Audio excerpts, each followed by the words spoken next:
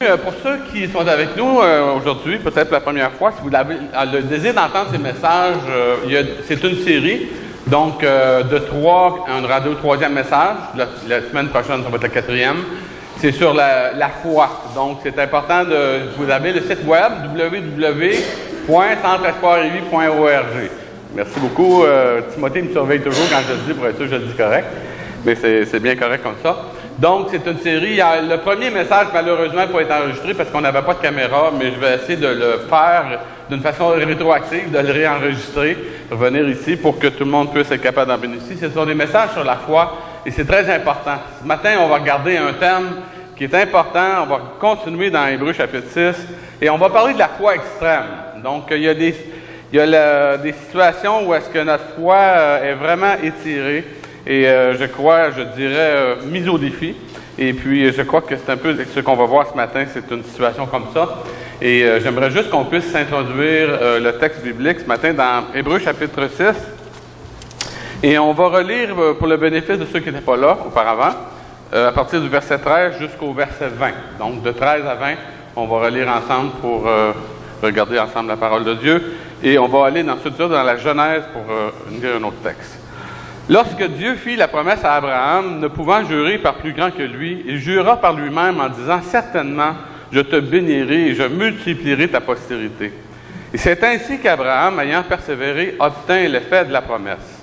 Or, les hommes jurent par celui qui est plus grand qu'eux, et le serment est une garantie qui met fin à toutes leurs différends. C'est pourquoi Dieu, voulant montrer avec plus d'évidence aux héritiers de la promesse l'immutabilité de sa résolution, intervint par un serment, afin que par deux choses immuables dans lesquelles il est impossible que Dieu mente, nous trouvions un puissant encouragement, nous, dont le seul refuge a été de saisir l'espérance qui nous était proposée. Cette espérance, nous la possédons comme une encre sûre à l'âme, une encre à l'âme sûre et solide. Elle pénètre au-delà du voile, là où Jésus est entré pour nous comme précurseur, ayant été fait souverain sacrificateur pour toujours, selon l'ordre de Melchisédek. Donc, la parole de Dieu s'adresse à nous ce matin en nous montrant une réalité qui nous dépasse. On va regarder ce matin une réalité qui nous dépasse, mais dont on a besoin dans notre cheminement pour la vie courante. Et j'aimerais qu'on puisse, avant d'aborder la parole de Dieu, se courber ensemble dans la prière. Eh bien, Seigneur, ce matin, nous te remercions pour ta grâce et te remercions pour tout ce qui nous dépasse dans la vie, qui sont des occasions que tu nous donnes, Seigneur, pour pouvoir nous rapprocher de toi. Seigneur, nous te remercions pour les moments joyeux de la vie et les moments difficiles. C'est plus facile de te remercier pour les moments joyeux, pour les choses faciles, mais nous savons aussi que dans toutes circonstances, on peut te rendre gloire. Tu nous dis que toute chose concourt au bien de ceux qui aiment Dieu. Seigneur, encore une fois, on veut s'unir avec la famille Beauchamp ce matin.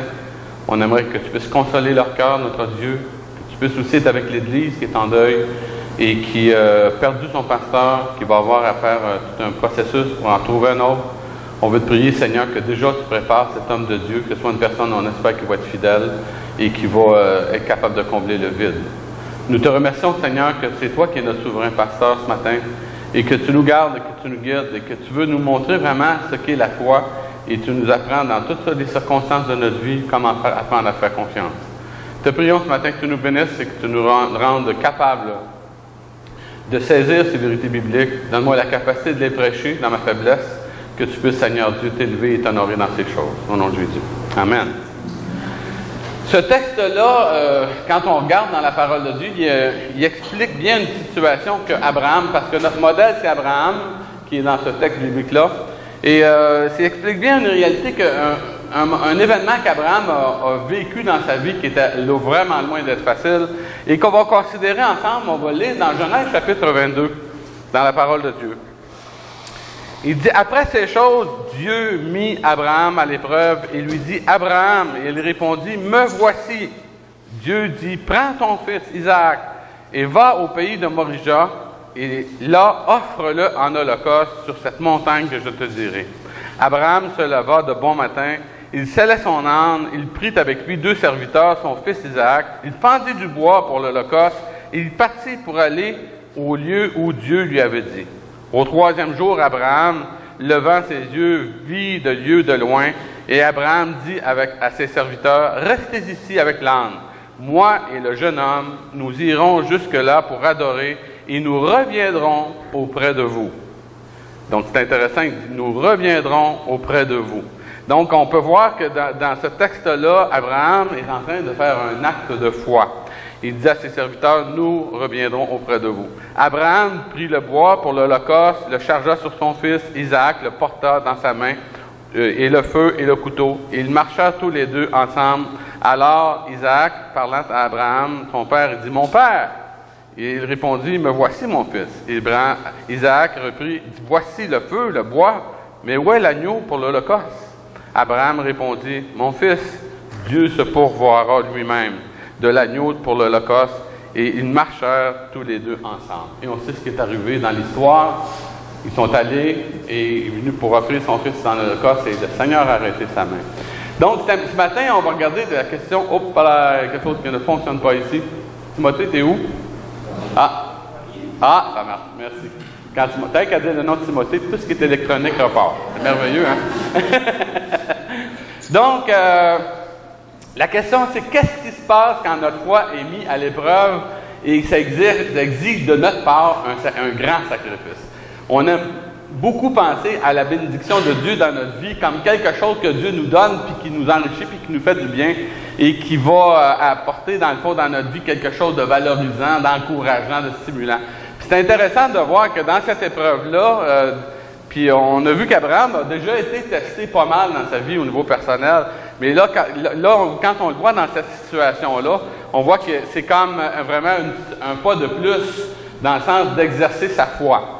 Donc, un sacrifice qui nous amène, que Dieu nous demande dans notre vie personnelle, puis qui nous déstabilise complètement. On a quelque chose qu'on n'aurait jamais pensé que Dieu aurait pu nous demander dans notre vie personnelle. Il y en a qui c'est de partir en mission, il y en a qui c'est de faire des choix personnels difficiles dans leur vie individuelle. Mais qu'est-ce qui arrive dans notre vie et comment on va réagir? C'est surtout ça qui est important, c'est comment on va réagir si Dieu nous amène dans des retranchements, où est-ce que Dieu repousse nos limites, puis on a l'impression, à un moment donné, que ça n'a quasiment pas de bon sens ce que Dieu est en train de nous demander. Donc, c'est important qu'on puisse avoir ça dans notre esprit parce qu'on ne sait jamais de quoi la vie est faite. On ne sait jamais de quoi la vie est faite. Si dans notre vie personnelle, on est appelé à aller servir, mettons, dans un milieu qui est dangereux, on se dit quelque part, il y a quelque chose il y a un risque qui est très réel. Ça peut peut-être des fois nous coûter notre vie. Un missionnaire peut partir en mission et puis ça peut lui coûter sa vie. Et donc, il doit s'asseoir, puis vraiment, puis je dirais plus que s'asseoir, se mettre à genoux, puis devant Dieu, puis d'envisager, de dire, Seigneur, mais qu'est-ce que tu vas me demander? Je ne le sais pas, mais ce que tu veux que je fasse, je suis prêt à le faire. Qu'est-ce que Dieu exige pour notre vie personnelle? Et ce que nous avons besoin de comprendre et d'essayer de saisir que les exigences de Dieu ne sont pas nécessairement toujours comme nous le pensons. Dans la vie, ce que je regarde, les gens aiment, puis on regarde dans notre monde aujourd'hui, il y a beaucoup les sports extrêmes. Hein? Vous remarquez les gars qui font des culbutes comme ça à bicyclette, en moto, de l'alpinisme de glace. Regarde, moi, je monte en haut d'un escabeau, une échelle, c'est à peu près mon plus haut. Mais je me dis, un gars qui est dans la glace avec des pics, puis qui se tient sur des montagnes, dans le fond, glacées, qu'est-ce qu'il va faire là? Des gens qui font du surf vont se mettre en dessous de vagues, qui peuvent les engloutir. D'autres personnes, il y a un gars qui a des nouveaux sports, le flyboard. Les gens cherchent toutes des choses pour avoir du plaisir. Des sports extrêmes dans les airs, les parachutismes, et où, dans le fond, des plus intellectuels vont jouer aux dames en haut en faisant du parachutisme, dit mon ami. Les gens cherchent vraiment du plaisir, de l'aviation extrême, c'est pas d'hier. Au début de l'aviation, les gens montaient sur les ailes d'avion. Aujourd'hui, c'est le vol libre. Les gens se jettent en bas d'une montagne avec ce costume-là. Il y avait ça un hairsuit, puis ils se garachent en bas, puis ils font la chauve-souris. Ça descend à des centaines de kilomètres à l'heure. C'est quand même pas rien, là. Mais tu te dis, qu'est-ce qu'ils cherchent, les gens-là? Et ce gars-là, lui, il roule avec une aile propulsée avec, c'est un Français. Et il se propulse avec 4 propulseurs, puis il va jusqu'à 190 km à l'heure, puis il fait des choses comme ça, puis tu te dis, qu'est-ce que c'est qu'ils cherchent? Qu'est-ce qu'il but? Et moi, quand je regarde ça, je me dis, ces gens-là, ce qu'ils cherchent la même chose que je cherchais moi quand j'étais jeune, puis je faisais du ski alpin ou du ski à haute vitesse. C'est que je cherchais, dans le fond, à avoir du plaisir, jouer au maximum, avoir du fun. La dernière affaire qu'on voulait penser qu'il pourrait nous arriver un accident. Et on pensait même pas, on voulait même pas penser à ça parce qu'on était jeunes, puis on fonçait, puis le plus important, c'est celui qui descendait le plus vite en bas de la pente, puis qui arrivait en bas, puis qui pouvait faire son frais parce que c'est lui qui l'avait eu. C'était comme ça, c'est les jeunes ensemble, on était toute une gang de moniteurs ensemble, et puis c'est qui ne serait pas le meilleur. C'était le maximum de jouissance, sans penser à la question de la souffrance. Et j'entendais la chanson de Jean-François Brault, je trouve qu'il est très, très symptomatique de notre génération, du plaisir. Il dit ce que je veux avoir, c'est tout ce que je veux, c'est du plaisir. Et ça, je trouve que ça représente dans notre société actuelle. Les gens qui font des tests sont prêts à faire des choses, même mettre leur vie en danger, simplement pour avoir le maximum de plaisir. Donc, toutes ces péripéties-là, moi, je trouve qu'ils ont un point commun, c'est qu'ils cherchent la jouissance maximum sans penser aux conséquences pour leur vie personnelle. Ils n'ont pas vraiment de préoccupation. C'est comme si la vie maintenant, c'était juste actuellement, c'était juste maintenant. On est dans une société qui vit uniquement ou actuellement pour le présent. Des personnes qui réfléchissent au moment présent. Comment je peux avoir un maximum de jouissance dans ma vie, là, actuellement? Puis si on parle d'avenir et tout ça, ben regarde, c'est plus ou moins intéressant. On veut vraiment être capable de jouer au maximum. On aimerait ça que l'avenir aille bien. Mais simplement, le plus important, c'est que tout de suite, j'ai du plaisir. C'est tout de suite que j'ai du fun. Fun, c'est un peu le cri de notre société.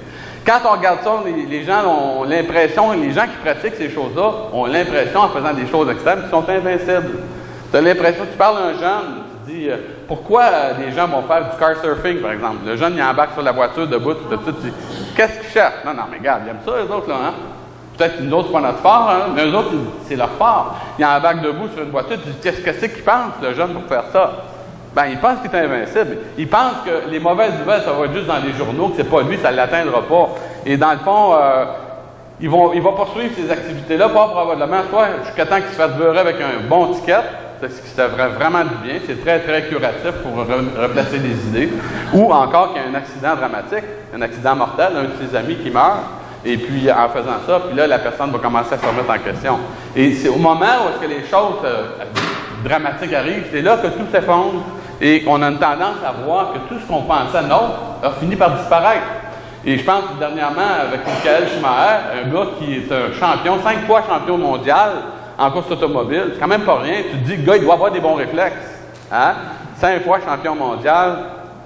Puis ce gars-là, dans un bête accident, en faisant du ski alpin, il est tombé, il a frappé la roche avec sa tête et aujourd'hui, ben, il est rendu, je ne sais pas s'il est légume ou quoi, là, mais il est vraiment dans une situation très, très dramatique. Tu sais. Je me dis, à quelque part, qu'est-ce qui reste maintenant après avoir fait toutes ces choses-là? Après avoir été chercher le maximum de jouissance sans penser nécessairement aux conséquences. Si aujourd'hui, je regarderais cette personne-là, on arriverait après toute cette gloire, cette richesse, cette célébrité-là, on lui dirait, qu'est-ce que c'est que tu serais prête à donner, Michael, pour retrouver ton état normal? Qu'est-ce que vous pensez que ce serait la réponse? Je suis prête à donner n'importe quoi, n'est-ce pas? Il est multimillionnaire bien des fois, ce gars-là. Hein? Il est rempli, il a une grande richesse et tout ça.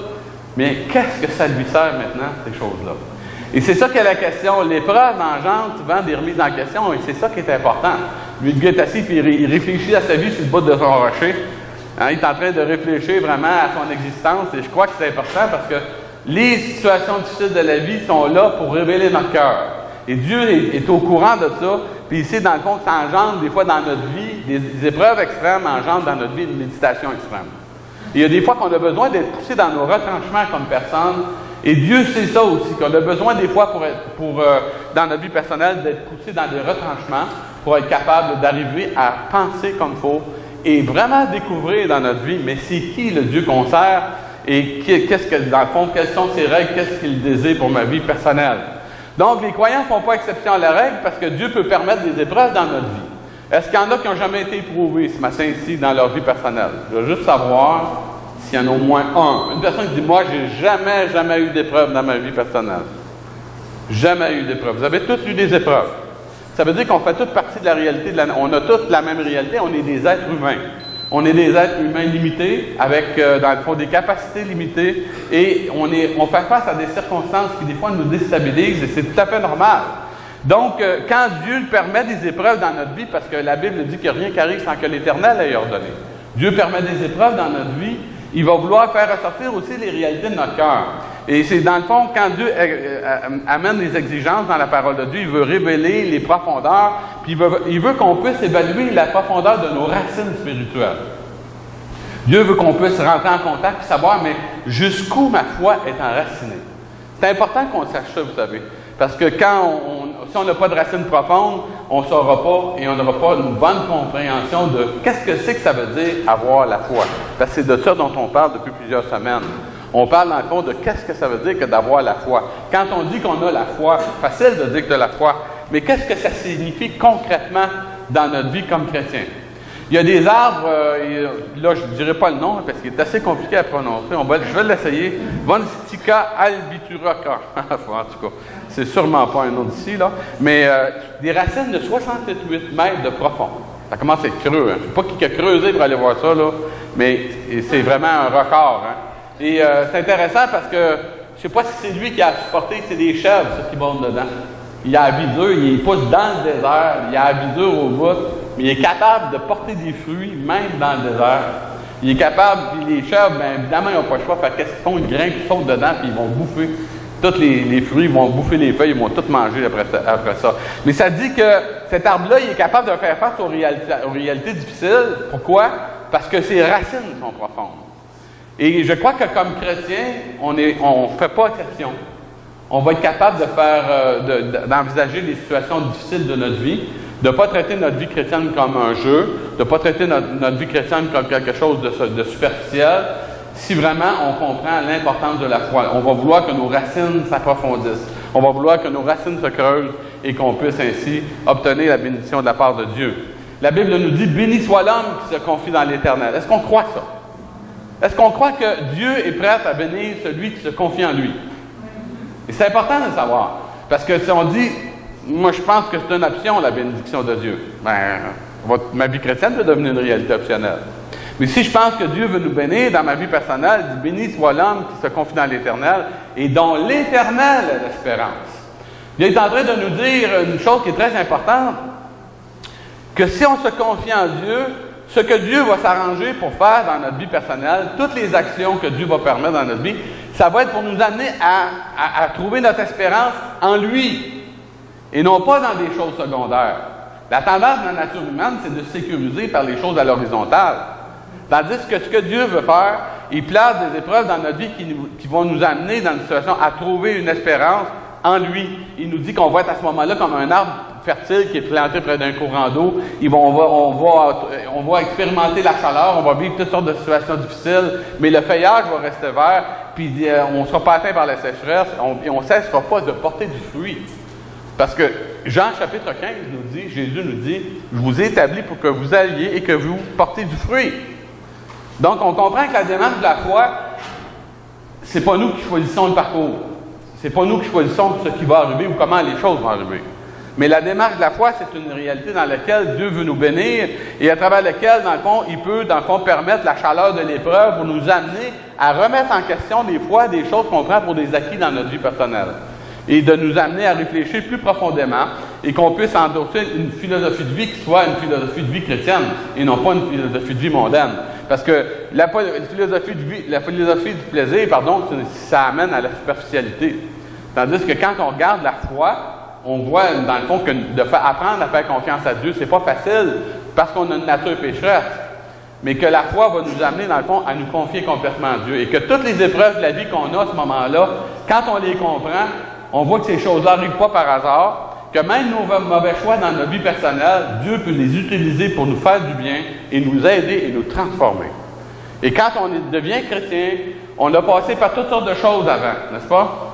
Des fois, on a fait des coches mal taillées, on a été dans des situations bizarres et tout ça, puis on dit comment ça se fait que j'ai été embarqué dans toute cette affaire-là?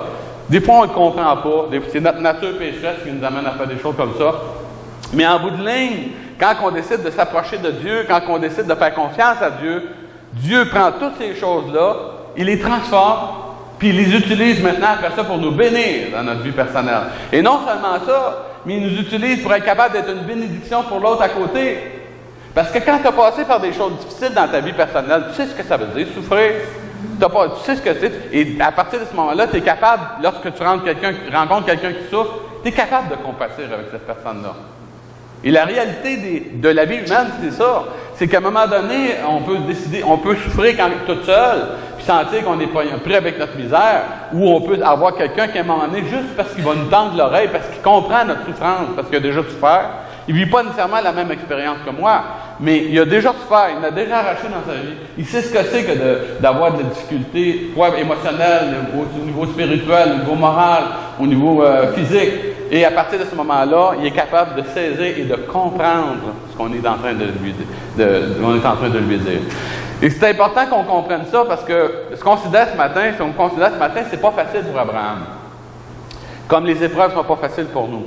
Et Abraham va avoir des décisions à prendre par rapport à ce que Dieu lui demande. Et Abraham, c'est pas un choix qu'il a fait. Hein? C'est pas comme ceux qui font des expériences de sport extrême. Les gens qui font des expériences de sport extrême, puis ils décident de se jeter en bas d'une montagne, puis ils rentrent dans un rocher, ben ils peuvent dire, ben regarde, c'est moi qui ai décidé de faire ça, puis je paye pour. Mais Abraham, il n'était pas dans cette situation-là. C'est une situation qui était pénible, puis qui a été ordonnée par Dieu. Lorsque Dieu lui parle avec, il lui donne même pas une option. Il lui dit, Abraham, je vais te donner un commandement. Il donne une direction claire. Et ce que la Bible dit, c'est que Dieu a fait quelque chose. Il dit, Dieu mit Abraham. Vous remarquez qu'Abraham est pas mal moins gros que son épreuve. Hein? Dieu mit Abraham à l'épreuve. Et je crois que c'est comme ça qu'on sent quand on est dans l'épreuve. Par rapport à ce que Dieu demande, qui est immense, on se sent vraiment tout petit. Est-ce que vous ressentez ça? Moi, quand tu arrives devant une situation que Dieu te demande, et puis que tu as vraiment l'impression que c'est gros, parce que c'était effectivement très gros que Dieu demandait à Abraham de sacrifier son propre fils, tu te dis, mon ami, comme on dit en québécois, t'es pas gros dans tes shorts. T'es pas gros dans tes pantalons. Et Dieu a mis Abraham à l'épreuve, et je crois que ça devait être très, très lourd. Le feeling de l'épreuve devait être difficile à supporter. Et j'ai l'impression que quand Abraham a entendu ça, chaque mot pesait une tonne. Chaque mot était lourd à entendre. Cette réalité-là de Dieu mis Abraham à l'épreuve, il n'y avait pas d'idée, mais il devait, à un moment donné, quand Dieu mis Abraham à l'épreuve, Dieu a décidé de le mettre sur le grille. À quelque part, ça n'a pas été facile pour lui. Et chaque mot, dans le fond, est devenu très lourd. Et l'enjeu, je crois que c'est important pour nous autres comme croyants. On dit qu'on aime Dieu. Est-ce qu'un chrétien aime Dieu? On dit qu'on aime Dieu. Est-ce qu'on comprend toujours la portée de ce qu'on est en train de dire? Hein? On ne comprend pas nécessairement toute la portée de ce que ça veut dire que d'aimer Dieu. Et dans le fond, si je dis que j'aime Dieu et que Dieu m'aime, à ce moment-là, dans le fond, ça veut dire qu'en général, j'ai cru dans ma vie personnelle en Jésus. Puis je l'ai vu agir dans ma vie. Parce qu'on dit Jésus est ressuscité. Ceux qui croient que Jésus est ressuscité, ça marche, on est unanime. Donc, c'est important. Parce que si Jésus n'est pas ressuscité, on est encore dans nos péchés, c'est ce que Paul va dire. Donc, on croit que Jésus-Christ est ressuscité, donc j'ai cru en lui. Je l'ai vu agir des fois à plusieurs reprises dans ma vie. J'ai été mal pris, j'ai prié Dieu, puis la grâce de Dieu m'a secouru. Dieu m'a secouru, Dieu était bon avec moi, puis il m'a secouru. Et à partir de ce moment-là, j'ai appris tranquillement des choses sur Dieu. Mais la question, c'est jusqu'où je peux faire confiance à Dieu? Et jusqu'où Dieu peut me faire confiance? Donc, on essaye de se mettre dans la peau d'Abraham dans ce matin. On fait une forme de petite récapitulation. Ça fait 25 ans qu'Abraham a connu Dieu. Il y a 25 ans, Dieu l'a appelé à lui faire confiance. Il l'a appelé à quitter, dans le fond, à tout quitter pour le suivre. Donc, il est parti loin de sa famille, dans un pays inconnu. Il est parti, dans le fond, sans savoir où il allait. Il est parti, dans le fond, sans savoir ce qui arriverait. Il est parti sans pouvoir tracer de plan de carrière, sans pouvoir tracer de plan de vie, là. Il ne s'en allait pas de dire, hey, voici maintenant, je vais planifier ma vie en fond. Dieu me demande d'aller là, et voici, je vais planifier ma vie, mon plan de carrière, tout va se passer comme ça va bien aller. Il ne pouvait pas faire ça. C'est impossible. Il n'y avait pas aucun repère.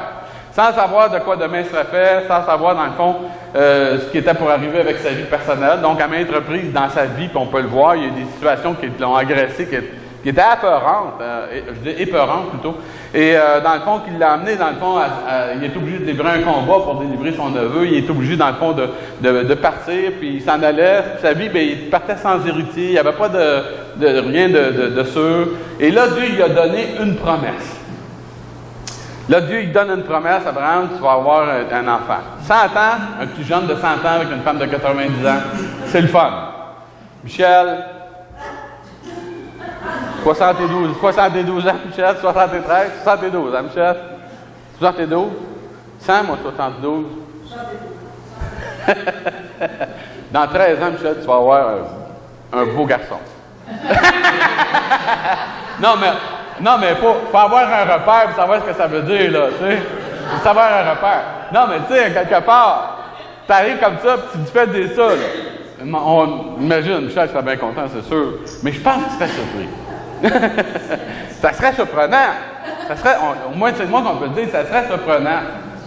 Mais la Bible nous dit que tout est possible à celui qui croit. Michel, prends courage. Excuse-moi, Michel, je peux te taquiner comme ça. Je voulais la faire la semaine passée, mais ça a passé cette semaine. Donc, le principe, dans le fond, moteur de toutes les bénédictions que Dieu nous donne, là, Abraham, il a eu une bénédiction extraordinaire, il a eu son fils. On dit, hey, wow! Il a été éprouvé. Est-ce qu'on ne peut pas dire que c'est un junior dans la foi? C'est pas un jeune qui n'a pas d'expérience de Dieu. Il a toute une expérience de Dieu. Puis Dieu, puis moi, je pense que rendu à son âge, il me semble que quelque part, il aurait été mûr pour une vacance, un repos d'épreuve. Il me semble qu'il se disait peut-être ça en dedans. Moi, j'espère que je vais pouvoir continuer ma vie tranquille et, dans le fond, pouvoir me reposer à un moment donné. Et vous savez que le principe moteur, c'est que Dieu, dans le fond, quand il nous donne des bénédictions, il est en droit de reprendre. Dieu donne et il reprend. On l'a chanté tout à l'heure. C'est facile à chanter qu'avec vous. Remarquez? Et donc, c'est important, Dieu nous tient responsables des bénédictions qu'il nous donne. Quand Dieu nous donne une bénédiction dans notre vie, cette bénédiction-là, c'est juste un prêt. La vie qu'on a nous est prêtée, vous savez. On est là pour un certain temps. Robert, actuellement, il est dans la présence de Dieu. Mon ami Robert Beauchamp, le pasteur. Un jour, ça va être mon tour. Un jour, ça va être votre tour. Donc, tout ce qu'on a ici-bas, c'est passager, c'est fragile, c'est précieux, mais c'est fragile. Et ça implique que toutes ces choses que nous avons, tout ce que nous sommes et tout ce que nous avons est la propriété de Dieu. Et je crois que cet exemple-là, ce qui nous a été montré dans la Bible, est là pour nous donner un enseignement qui est très important pour notre vie personnelle. C'est que dans ce monde, il n'y a rien qui nous appartient. Dans ce monde, il n'y a rien qui nous appartient. Tout est à Dieu. Tout est à Dieu et la question c'est jusqu'où Dieu peut me demander d'y faire confiance? La réponse à ça, c'est jusqu'au bout. C'est jusqu'au bout. Un chrétien, c'est une personne qui se convertit, qui donne son cœur à Jésus-Christ et qui décide de suivre le Seigneur. Et vous savez quoi? C'est bon à partir du moment qu'il fait jusqu'à la fin de sa vie et pour l'éternité. Donc c'est important. L'obéissance de la foi nous empêche dans notre vie de changer les bénédictions en malédictions. Moi, j'ai vu des gens que Dieu a bénis dans leur vie personnelle et ils aspiraient à des bénédictions personnelles. Et lorsqu'ils sont arrivés et que Dieu leur a donné cette bénédiction-là, ces personnes-là ont décidé de se focaliser sur la bénédiction et c'est devenu dans leur vie une malédiction. Et c'est important qu'on comprenne, si on utilise mal les bénédictions que Dieu nous donne, ça devient des malédictions pour nous. Si la bénédiction que Dieu nous a donnée devient plus importante que Dieu lui-même ou que l'obéissance à Dieu, on rentre dans un sérieux problème avec Dieu. Et c'est très important. L'obéissance de la foi nous empêche de changer, dans le fond, les bénédictions en malédictions parce qu'ils vont nous maintenir dans une dépendance de Dieu. Le plus important pour notre vie, c'est de continuer de dépendre de Dieu, indépendamment des circonstances. Si c'est bon, que ce soit mauvais, que ce soit facile ou que ce soit difficile, la règle pour un chrétien, pour un enfant de Dieu, c'est dépendre de Dieu. Comprenez-vous? C'est très important, ça. C'est fondamental. Parce que tout le reste est optionnel, tout le reste est fragile. Question, c'est après la bénédiction, est-ce que Dieu peut encore compter sur moi? Parce que moi, je peux encore compter sur Dieu. Vous en allez dans votre vie, ça fait longtemps que vous espérez quelque chose, que Dieu m'a demandé, vous priez, vous suppliez Dieu, puis à un moment donné, le Seigneur vous le donne. Gloire à Dieu. Hein? On est content. Mais la question, est-ce que ça va s'arrêter là? Est-ce que Dieu va pouvoir encore compter sur moi? Est-ce que je vais être encore là pour Dieu, puis être capable de prier, puis d'intercéder, puis de vouloir que le plan de Dieu puisse s'accomplir? Donc, en général, comme je dis dans le fond, à 100 ans, tu ne recherches pas des situations extrêmes. En général, à 100 ans, on reste plutôt, on veut être mollo un peu. On veut se reposer. On ne va pas commencer à faire l'éducation des bébés. Hein? Je pense pas. Je pense pas que c'est quelque chose qui est recherché. Moi, en tout cas, c'est à moi le candidat, là. J'ai eu mon lot. J'ai fait ma part de l'humanité, comme on dit là. T'sais. Ben, quelque part, on veut que, dans le fond, nos jours se finissent paisiblement. Puis je suis convaincu qu'Abraham avait cette même attitude-là. Il ne recherchait pas l'épreuve, il ne cherchait pas des situations extrêmes. Il ne voulait pas avoir rien d'inattendu. Mais là, Dieu le place dans une situation qui est vraiment inattendue, puis humainement, on peut dire que c'était surhumain.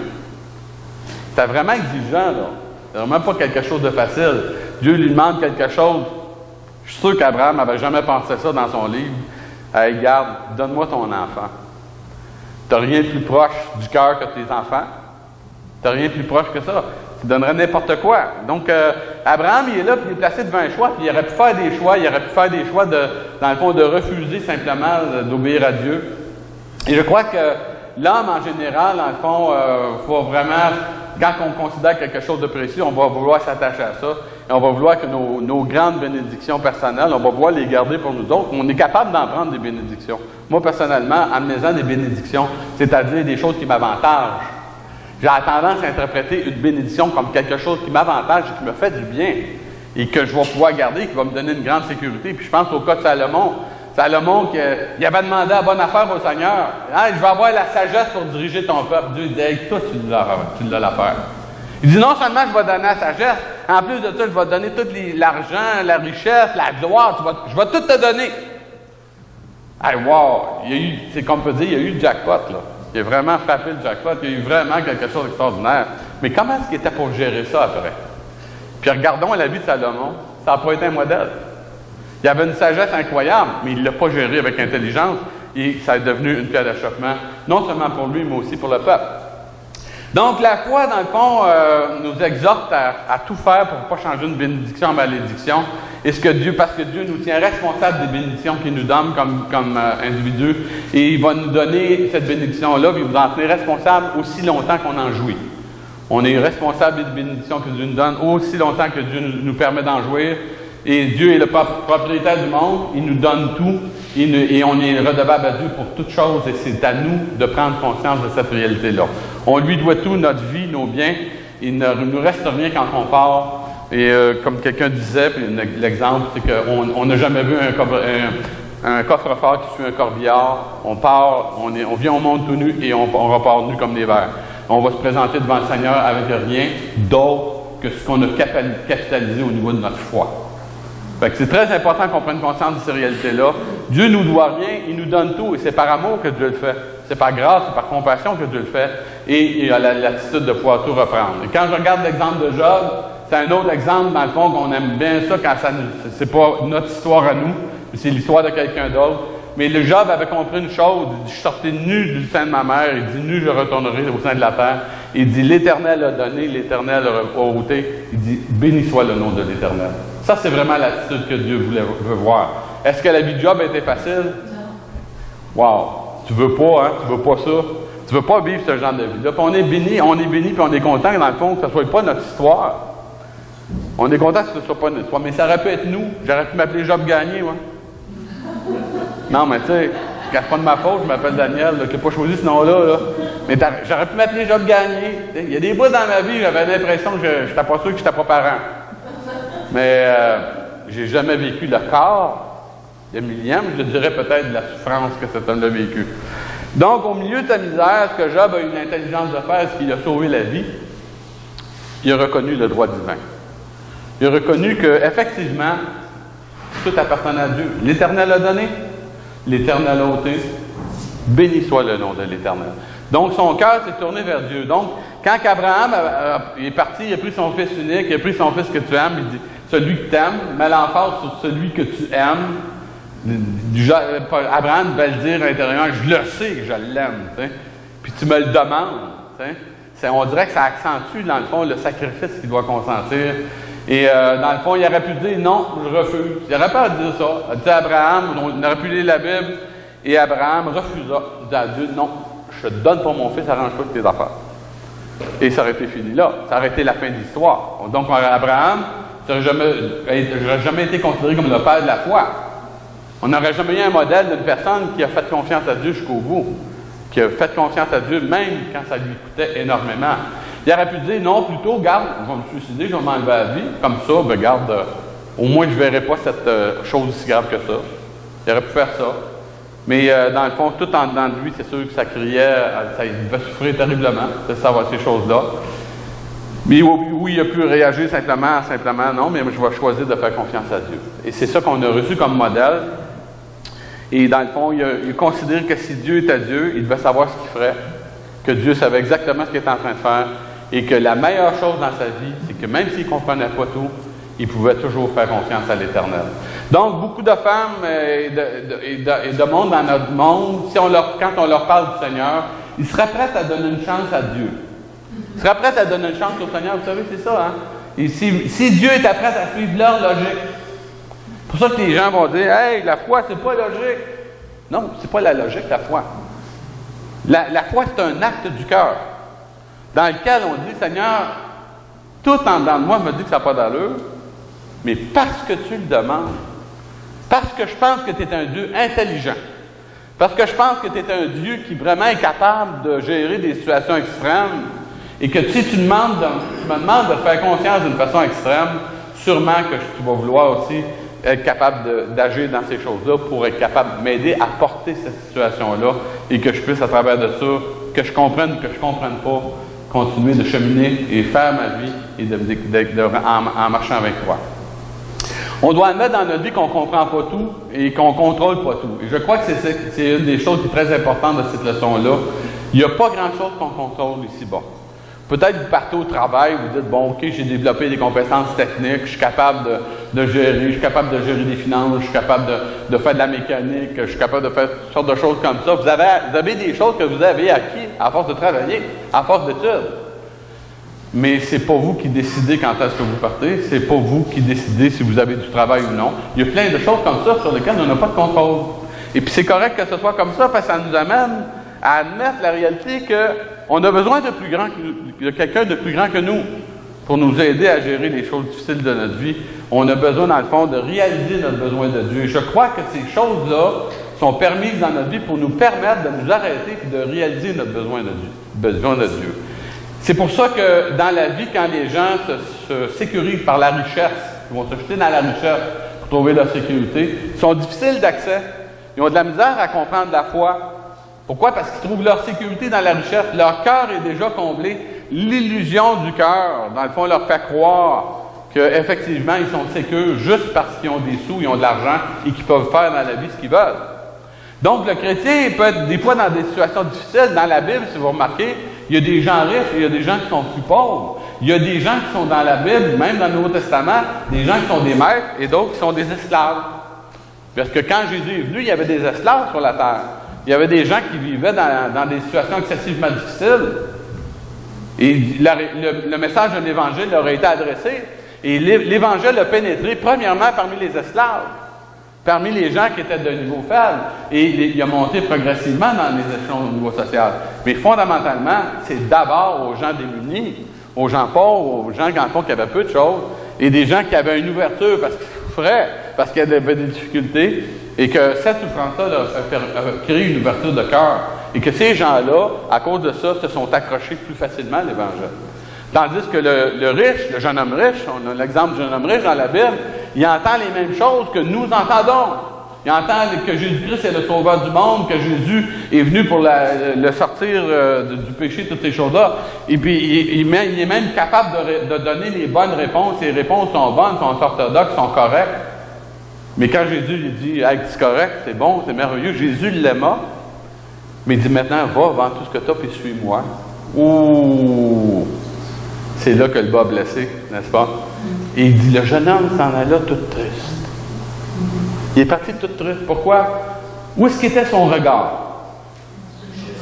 Sur sa richesse. Sa sécurité par sa richesse. Il est parti tout triste. Pourquoi? Il n'était pas capable d'accepter cette réalité-là. Peut-être que si le garçon avait dit, OK, Seigneur, c'est correct, je pars pour tout ça, et Jésus aurait dit, c'est correct. Je voulais juste voir ce qu'était ton cœur. Hein? Zachée, lui a compris. Il a entendu le même message. Puis il a dit, ah, Seigneur, c'est merveilleux. Il dit, je vais redonner 4 fois à ceux que j'ai exploités et tout ça. Puis regarde, je vais redonner, puis je vais redonner au double et tout ça. Puis Jésus a dit, c'est merveilleux. Le salut est rentré dans ta maison. Il avait compris quelque chose. Il avait compris que sa sécurité, là où il trouvait sa sécurité auparavant, c'était des choses qui étaient passagères. Là, maintenant, il avait découvert le Fils de Dieu, et c'est ça qui est devenu la réalité la plus importante de toute sa vie. Si Christ n'est pas la réalité la plus importante de votre vie personnelle ce matin, vous avez un problème avec votre foi. Vous avez un problème avec votre foi. Et vous allez essayer de la trouver dans toutes sortes de choses secondaires. Vous allez essayer de trouver votre espérance en achetant des gratteux. Vous allez essayer de trouver votre espérance en jouant au hasard. Vous allez essayer de trouver votre espérance en misant sur des choses que monsieur tout le monde mise. Et qui sont des joies éphémères et passagères et qui mènent nulle part. Et qui mènent nulle part. Mais en fait, non. Ça mène à la perdition. Ça mène à la perdition. Parce qu'une espérance qui n'est pas saine, une espérance qui n'est pas enracinée dans la foi, ça mène à la perdition. Et les gens trouvent leur sécurité là-dedans, puis pendant qu'ils font ça, ils ont l'impression que, hey, regarde, c'est merveilleux. Puis qu'à un moment donné, quand la chose ne fonctionne pas, la personne ne gagne pas à la loterie ou quoi que ce soit, ah là, c'est la dépression. On se dépêche d'acheter un autre billet, vite, vite, vite, vite. Pourquoi? Pour retrouver notre espérance. Fait qu'on a, ça fait des vies personnelles qui sont comme ça. On est en haut pas en bas. On est en haut pas en bas. Tandis que ce que Dieu veut pour un enfant de Dieu, c'est que son espérance soit placée dans la personne de Dieu. Où est-ce qu'il est Dieu actuellement? Deux places. C'est au ciel, mais il vit à quelle place en plus de ça? Par son esprit, dans notre cœur. Donc, si tu places ton espérance en Dieu, la connexion du cœur est placée avec la connexion du ciel, ta vie, elle s'en ira pas de même. Ta vie, elle va s'en aller comme ça. Tu vas en aller, peut-être des fois. Il va peut-être avoir des bouts durs, c'est normal. On a tous des bouts durs. Mais au moins, la direction de ta vie, quand on va regarder ta vie, on va voir que oui, tu as des vagues, mais tu es dans une pente ascendante et non pas dans une pente descendante. Comprenez-vous? Le monde nous propose des expériences, mais c'est une expérience avec une pente descendante. Tandis que ce que le Seigneur nous propose, c'est une expérience de foi, puis avec les hauts et les bas, avec les mêmes, des fois, il peut y avoir des gros creux. Abraham, c'est un gros creux, ce qu'il a connu là. C'était difficile au bout. Mais après ça, qu'est-ce que Dieu a fait? Il l'a amené dans une situation extraordinaire où il l'a béni pour le reste de sa vie. Après ça, il était tranquille. Parce qu'il ne peut pas offrir plus que ça. Il ne peut pas offrir plus que ça. Donc, c'est important. La Bible nous dit que Dieu choisit les choses folles du monde. Puis je pensais à ça cette semaine. J'ai toujours pensé que Dieu m'avait choisi parce que j'étais fou, moi, dans ma vie. Je me suis aperçu que je m'étais trompé. J'étais encore bien plus fou que je pensais. Mais la réalité, c'est que j'ai compris cette semaine que les choses folles, on est des choses folles aux yeux du monde. On est des choses folles de ce monde. On est des gens faibles aux yeux du monde. Pourquoi? Parce que quand les gens le regardent vivre, ils disent « Ah, il a besoin d'une béquille, la foi. » Ah, t'es devenu chrétien parce que t'en as arraché dans ta vie, hein? Il y en a j'ai vu des chrétiens qui se défendent. « Non, non, non, non, non, non, non. » Moi, quand je me suis converti, là, j'en avais vraiment besoin. Je vous garantis que je ne m'étais pas converti, je serais mort. Juste, ça fait longtemps. J'étais vraiment, dans ma vie personnelle, les choix que je faisais n'avaient pas d'allure. Le monde trouvait vraiment que j'étais intelligent de faire les choix que je faisais. Mais j'étais fou. J'étais fou. Quand je me suis converti, à cause que je faisais des mauvais choix, j'avais de la folie dans le cœur, là, je suis devenu intelligent. J'ai reçu l'intelligence que Dieu m'a donnée par son esprit, la capacité enfin de faire des choix de Dieu. C'est-tu brillant? C'est fou, ça. Moi, je trouve ça brillant au maximum. Et c'est ce qui a fait que j'ai pu sortir de ma vie personnelle, ma vie dans laquelle je suis convaincu que je serais mort, ça fait longtemps, et que j'ai pu refaire surface et redevenir une personne complètement nouvelle parce que Dieu m'a transformé, parce que Dieu m'a changé. Donc, être chrétien, le christianisme est le seul chemin qui est réaliste. C'est le seul chemin qui nous amène à admettre notre insuffisance personnelle. Une personne qui est honnête va réaliser son besoin. Il n'y a personne qui est un Tarzan ou une Tarzane ce matin, ou une Jane. Il n'y a personne qui est ça ce matin. On est tous des êtres ordinaires. Et on a tous besoin de quelqu'un de plus grand que nous. On a besoin de compter sur Dieu. On a besoin de savoir, d'être en contact avec notre impuissance personnelle. On a besoin de savoir qu'il y a des domaines même dans lesquels on est incompétent. Et on a besoin, dans le fond, de satisfaire, malgré nos incompétences, les exigences divines. L'exigence divine, c'est « fais-moi confiance ». Ça va mal dans ta vie? Dieu dit « fais-moi donc confiance ». T'en arraches, c'est difficile de suivre le Seigneur. Le Seigneur dit « oui, je le sais, fais-moi donc confiance ». Seigneur, j'ai le goût de... Ça va tellement mal, j'ai le goût de laisser ma vie chrétienne de côté. Le Seigneur me dit « fais pas ça, fais-moi confiance ». Tu sais? Tellement de choses qui s'opposent à moi, c'est tellement difficile de progresser dans ma foi. Le Seigneur dit, je le sais, fais-moi Confiance, c'est ça la foi. Donc, ce qui est important, c'est que quand Paul parlait, dans le fond, qu'on est des gens qui sont stupides et qu'on n'est pas brillants, dans le fond, c'est le monde qui a cette opinion-là de la part des chrétiens. Un enfant de Dieu, c'est une personne qui a reçu la sagesse de Dieu, il a reçu l'Esprit de Dieu. On a la sagesse de Dieu, on a l'intelligence de Dieu. Si on veut comprendre quelque chose, nous, on rouvre la Bible pour interpréter les choses autour de nous. On a l'Écriture qui est là pour éclairer notre esprit. Si on ne la lit pas, tant pis pour nous. Mais si on prend la parole de Dieu, on peut découvrir le conseil de Dieu. Et c'est ça que Paul disait, j'ai prêché tout le conseil de Dieu sans rien cacher. Pourquoi qu'il ne voulait rien cacher? Parce qu'on ne cache pas quelque chose qui est merveilleux. Même si c'est exigeant, on ne cache pas ça. On veut faire, si on est propriétaire d'une grande richesse extraordinaire, puis on vit dans une gang de pauvres, on va vouloir la montrer aux gens, puis les aider avec cette richesse-là. Leur communiquer, dans le fond, cette richesse-là qu'on a et qu'on est en train d'expérimenter, on est en train d'en bénéficier, on est en train d'en jouir. Fait que quand on regarde des gars comme Job, quand tu le regardes sur son tas de cendres, il avait l'air ridicule, ce gars-là. Humainement parlant, il avait l'air fou, ce gars-là. Écoute, tu peux pas avoir un gars plus mal pris que ça, là. Il avait vraiment l'air fou. Abraham, quand Dieu lui demande d'offrir son fils en sacrifice, il avait l'air fou, lui aussi. Quand on regarde à Jésus-Christ à la croix crucifié, lui aussi, il avait l'air fou. On a eu l'impression que quand on regarde le Fils de Dieu crucifié, après avoir prêché pendant 3 ans l'Évangile, après avoir dit qu'il était à la résurrection et la vie, après avoir dit toutes sortes de choses comme ça, quand on regarde à Jésus-Christ, après ça, qui est crucifié à la croix, les gens ils ont dû le regarder en se disant « Hey, ce gars-là, regarde, il s'est fait avoir. Il s'est fait avoir. » On ne pouvait pas faire autrement. Puis les gens se moquaient de lui, les sacrificateurs se moquaient de lui, même les gens crucifiés autour de lui se moquaient de lui, là. Jusqu'au jour où, un moment donné, qu'il y en a un qui a pris conscience, là, on a décidé de donner le nom de bon larron, de méchant qu'il était.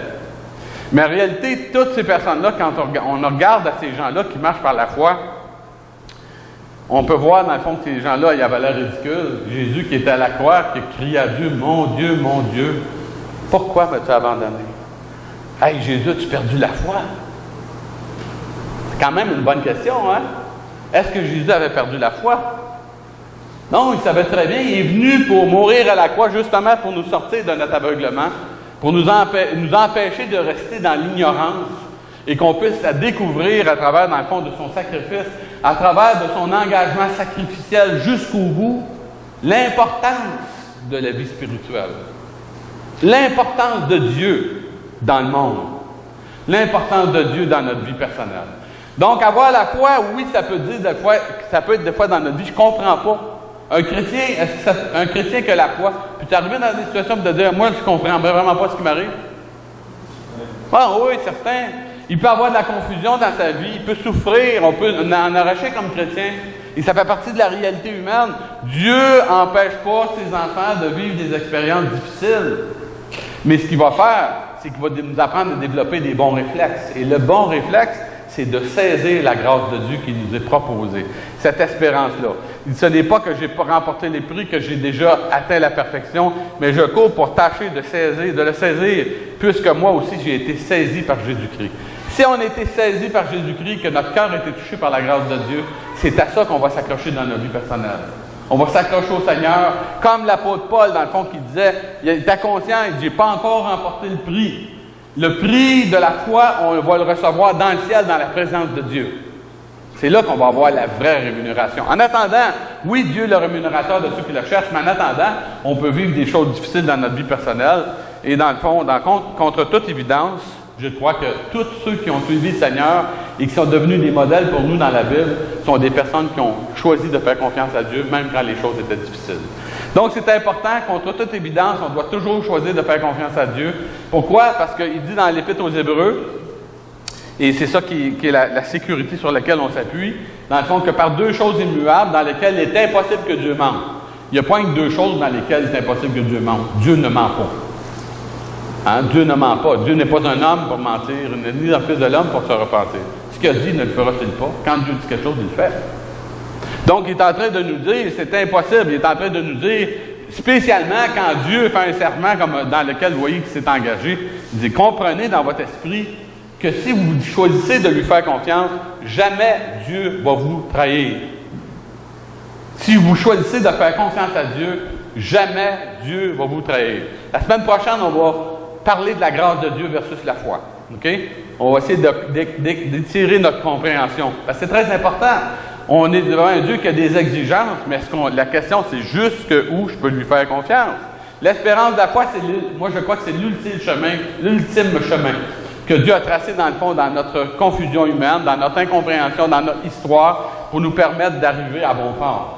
Abraham, dans le fond, devait faire l'expérience personnelle, dans sa vie personnelle, il devrait apprendre à réinterpréter les choses avec un œil et une optique qui était surnaturelle.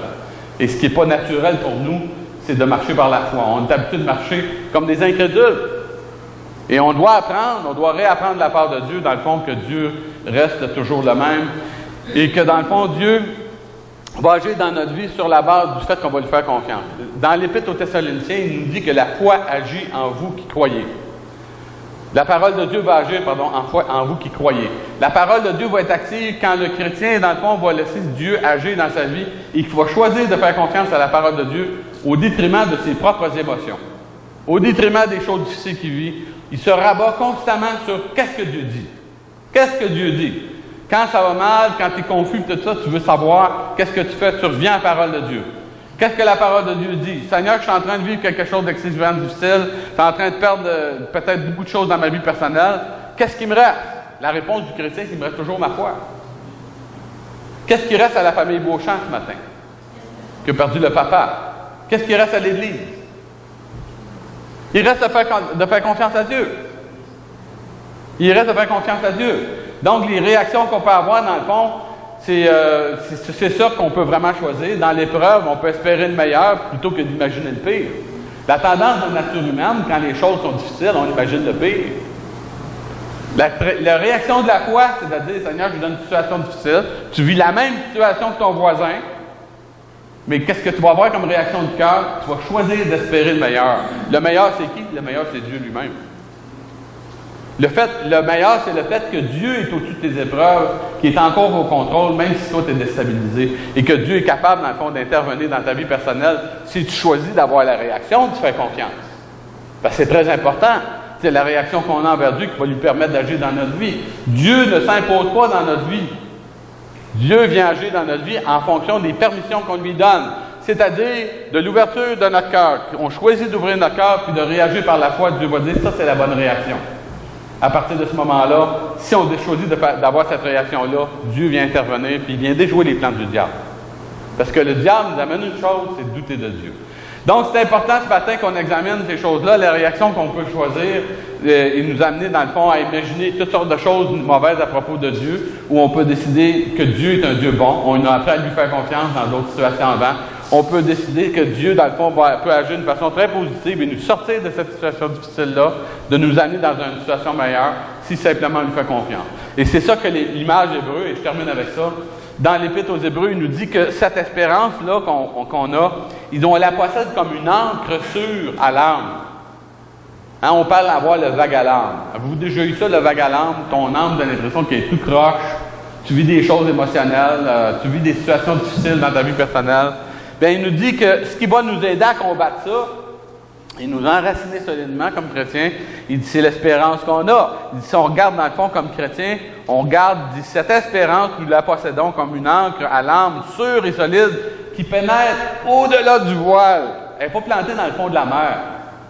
Elle est plantée au-delà du voile. Le voile, c'est là où est-ce que Jésus-Christ est rentré. Il a déchiré le voile, il est rentré dans la présence du Père. Et il nous dit que notre sécurité est en haut.